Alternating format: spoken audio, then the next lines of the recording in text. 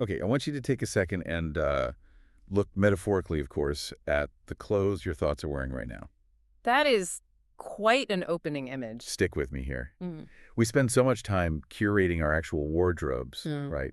What we wear to a job interview or a date, because we know presentation matters. Mm. But then when it comes to the ideas inside our heads, we often just dress them in the linguistic equivalent of, like, old gray sweatpants. Sweatpants vocabulary, I like that. So functional, comfortable, but ultimately pretty uninspiring. Exactly. We default to words like happy or strong or energetic. And Mhm. look, there's a time and a place for sweatpants. But if you're trying to capture the essence of a really complex personality, generic words just don't land. They don't stick. It's true. There's this idea in linguistics that the granularity of our language can actually limit or expand how we see reality. If you only have one word for good, you might miss all the shades of nuance between, say, competent and virtuous. And that is exactly why we are opening up the word wardrobe. We're not just doing a vocab lesson. We're looking at 3 specific high-definition words that all describe what I'm calling vibrant energy. Right.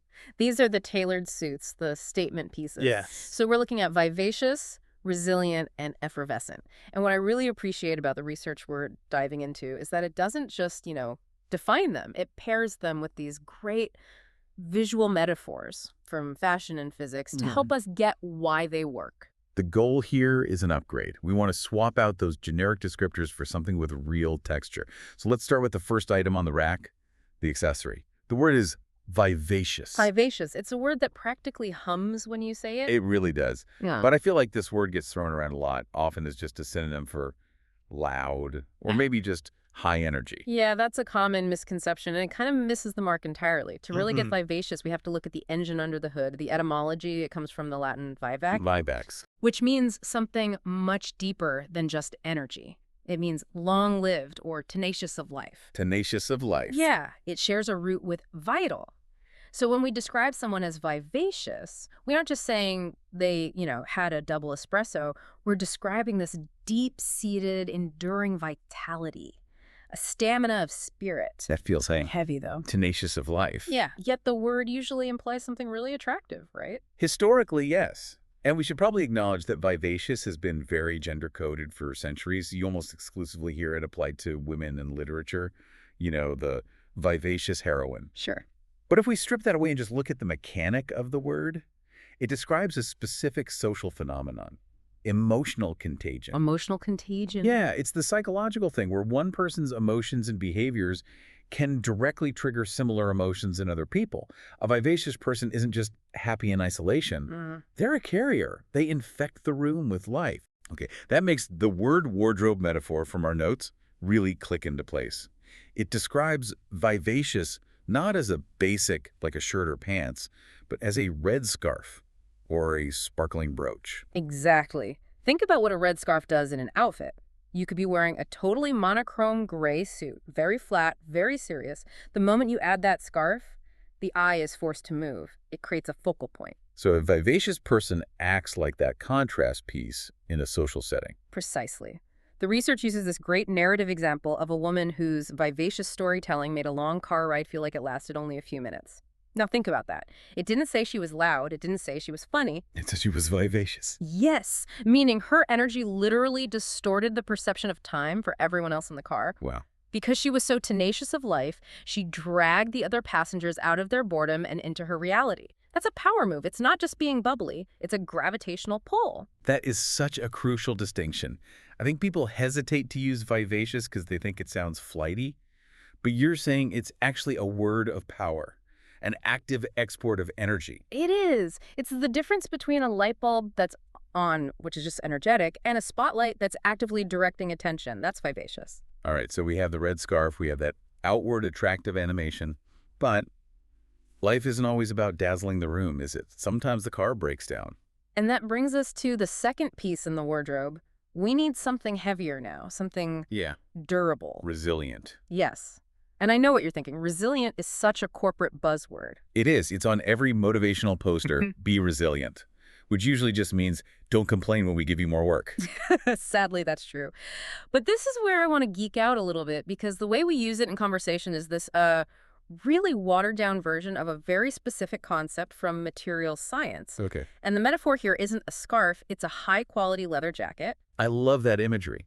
Walk me through the science. Why does physics have a better definition than the dictionary here? So in engineering, when we test a material, say a steel beam, we look at its stress-strain curve. You apply force, that's the stress, and the material deforms, that's the strain. You're bending the beam, got it. Right. Now, there's elastic deformation. That's where you bend it, you let go, and it snaps right back to its original shape, like a rubber band. Okay. But if you push past a certain point, the yield point, you enter plastic deformation. The material is permanently changed. It's bent. It doesn't go back to looking brand new. So isn't resilience just being the rubber band, bouncing back perfectly? See, this is the nuance. True resilience in humans isn't about being a rubber band. We are not unaffected. We don't just snap back as if nothing happened. The leather jacket metaphor is perfect because leather has high toughness. It absorbs energy. And it scuffs. It scuffs. It creases at the elbows. It fades in the sun. In material science, toughness is the ability to absorb energy and deform without fracturing. It doesn't mean it doesn't change. It just means it doesn't break. That totally reframes the concept for me. Because I think a lot of people feel like they failed at being resilient because they're still sad about something or they feel marked by a trauma. Exactly. They think it means returning to factory settings. It doesn't. And if you look at that leather jacket, the scuffs, the plastic deformation, they actually make the jacket more comfortable, softer. They give it character. Tougher and better with time, as our notes say. Right. A brand new, stiff leather jacket is actually kind of uncomfortable. But a resilient person, someone who has absorbed the energy of life's impacts, is often more adaptable, more empathetic, functionally stronger than someone who's never been stressed. So when we use resilient to describe someone, we're paying them this massive compliment. We're not saying good job suffering. We're saying, I see that you've absorbed impact, you have integrated it, and you are still standing. You're describing their structural integrity. There's this anecdote in the research about a researcher facing constant setbacks. If we just called him stubborn, it sort of implies he's a brick wall rigid, refusing to move. And brick walls shatter if you hit them hard enough. You do. They have low toughness. But describing him as resilient implies he took the hits, adjusted his approach, maybe deformed his original plan, and kept moving forward. It's dynamic, not static. That is the unbreakable thread of the wardrobe. You wear the red scarf to attract, you wear the leather jacket to survive. Well put. But we can't stay in the heavy stuff forever. We need to lighten the mood. The final item in our vibrant energy collection is effervescent. Now this is a fun one. It sounds fun. It feels fun to say. But I have to ask, how is this really different from vivacious? The dictionary definition even uses the word vivacious to describe it. Are we just splitting hairs here? We are absolutely splitting hairs, but that's where the style is. Think of it this way. Vivacious is the fire. Effervescent is the sparkler. Okay, I'm listening. Vivacious, like we said, is that deep-rooted life force. It's sustainable. You can be vivacious for 40 years. Effervescence, by its very definition, implies something temporary, something escaping and rising. The root is effervescer, to boil over. The visual here is champagne. Yes. Or soda water. Think about the physics of it. You have gas dissolved in liquid under pressure. When you release that pressure, poof. The gas rushes to the surface as bubbles. It's kinetic, it's airy, it's upward moving. So effervescent described a specific type of social energy that feels lighter. Much lighter. It lacks the gravity of vivaciousness. If you're at a garden party, that's the example from the text, and the atmosphere is effervescent, it means there's no tension. The conversation is just popping, it's fluid, it spills over the edges. Spills over, that's a key phrase. It is. Vivacious draws you in. Effervescent spills out. You know those people who just seem to bubble over with enthusiasm? They can't help it. They're laughing before the joke is even finished. Right. That is effervescence. But you wouldn't want a surgeon to be effervescent during a bypass operation. Oh, God, no. You want them to be resilient, maybe vivacious in the consultation. But effervescence implies a certain lack of weight. It's celebratory. So if I'm trying to describe a colleague who's great at breaking the ice, who makes everyone laugh at the start of a meeting and keeps things moving... That is effervescence. They're like the nucleation points for joy in the room. They lower the activation energy for everyone else to have a good time. I love that. Nucleation points for joy. That is so much better than saying, she's bubbly. Bubbly can sound a little dismissive, almost like an airhead. Yeah. Effervescent sounds sophisticated. It sounds like a quality of the atmosphere, not just a personality quirk. And that brings us right back to the wardrobe. You wouldn't wear a tuxedo to the beach. You wouldn't wear swim trunks to a funeral. You have to know which word fits the reality you're observing. So let's look at the full outfit. We've got the red scarf, which is vivacious, the leather jacket, resilient, and the champagne, effervescent. It's quite the ensemble. It is. But I want to push on this a bit. Does using these, fancy words actually change anything? Or is it just about sounding smart at a dinner party? Oh, it changes everything. There's a concept called the Sapir-Whorf hypothesis, or linguistic relativity. Basically, it suggests that the language you have affects how you see the world. So if I don't have a word for it, I might not even see it. Or you might not value it. If you group vivacious, resilient, and effervescent all under the same generic umbrella of high energy, you're treating them as if they're the same thing. You're treating the person who is suffering but enduring, the resilient one, the exact same way you treat the person who's buzzing with temporary joy. And that's a failure of empathy. It is. Yeah. Precision is a form of empathy.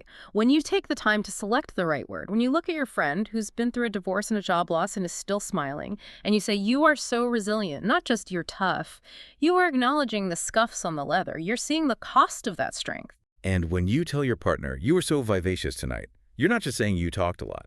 You're telling them, you lit up the room, you pulled people in. It validates the effect they have on the world. Exactly. We're giving you the tools to validate the people around you with higher fidelity. So, practically speaking, how do our listeners use this tomorrow? Do they just start dropping effervescent into casual conversation? Why not? But I'd say start with observation. Watch the people in your next Zoom meeting. Who's the red scarf? Who is drawing the eye? That's vivacious.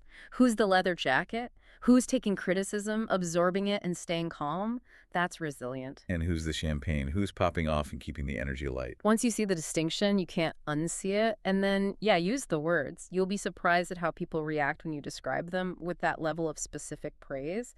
It just hits different. It's high-quality fabric. It feels better to wear. It certainly beats the sweatpants. I want to leave everyone with a challenge today. We talked about how words are the clothes our thoughts wear. But we also know that when you put on a really good suit or a dress that fits perfectly, you stand a little taller. You walk differently. Enclothed cognition. That's a real psychological effect. So try dressing your own self-image in these words. Instead of telling yourself you need to be harder or get over it, tell yourself you're building resilience. You're wearing in that leather jacket. Instead of trying to be happy all the time, maybe just aim for moments of effervescence. Framing it that way changes the whole expectation. It makes the human experience feel less like a pass-fail test and more like a wardrobe. You choose what fits the moment. Keep your wardrobe stocked, keep your descriptions vivid, and don't be afraid to sparkle a little bit. Vivaciously. Vivaciously. Thanks for diving in with us. We'll see you next time.